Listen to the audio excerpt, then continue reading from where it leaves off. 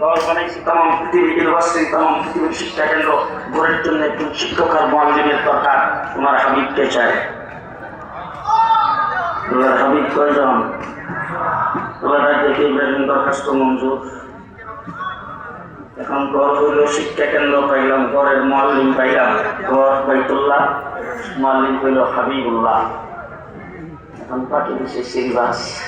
হযরত ইব্রাহিম আলাইহিস সালাম সিলেবাসের প্রস্তাব করেছেন, বাইতুল্লাহ শরীফ যখন তৈরি করেছেন তখন বাইতুল্লাহর সূচনায় হযরত ইব্রাহিম আলাইহিস সালাম মুসলিম জাতির পিতা, তিনি এই পটিয়া মাদ্রাসা সিলেবাসের প্রস্তাব করেছিলেন। আল্লাহ পাক আরশ থেকে মঞ্জুরি দিয়েছেন। হযরত মাওলানা সবিউদ্দিন সাহেব, হযরত মাওলানা আব্দুল আজিজ সাহেব, হযরত মাওলানা ইসহাক সাহেব, ইসহাক গাজী সাহেব, হযরত মাওলানা হারুন ইসলামী সাহেব, হযরত মাওলানা ইউনূস সাহেব, বর্তমানে হযরত মাওলানা আবু তাহের সাহেব, মাওলানা আক্তার সাহেব সহ মুহাদ্দিসিন কেরাম ইব্রাহিম আলাইহিস সালাম যে প্রস্তাব করেছিলেন যে সিলেবাসে, সেই সিলেবাস আল্লাহ মঞ্জুরি দিয়েছেন। এইটাই কওমি মাদ্রাসার সিলেবাস, এইটাই পটিয়া মাদ্রাসার সিলেবাস।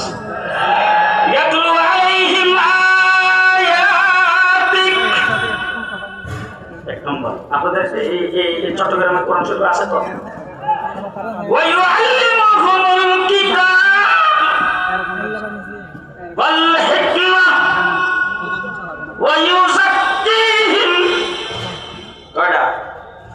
চারটে সিলেবাসের প্রস্তাব হযরত ইব্রাহিম আলাইহিস সালাম করছেন। আল্লাহ ডাকে ইব্রাহিম সেক্টর সাইরোডাই মঞ্জুর।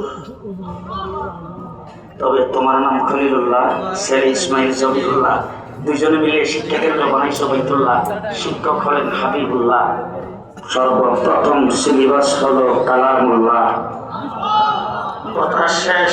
এবার শিক্ষক পাইলাম হাবিবুল্লাহ, মাদ্রাসা পাইলাম বাইতুল্লাহ, পাঠ্য পাইলাম কালামুল্লাহ। ছাত্রর কোনো দরকার নেই। হ্যাঁ, ছাত্র দরকার আছে। আল্লাহ রাব্বুল আলামিন বলে আমার হুকুমে আমার খলিল ঘর বানাইছে, জবিউল্লাহ ঘর বানাইছে, ঘর হলো আমার ঘর বাইতুল্লাহ, ঘরের শিক্ষক হলো হাবিবুল্লাহ। আল্লাহ রাব্বুল আলামিন বলেন পাঠ্য দিলাম কালামুল্লাহ, ছাত্র আমি আল্লাহ পাক দেব।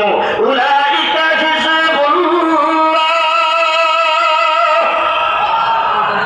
ছাত্রকে ছাত্র কার দল?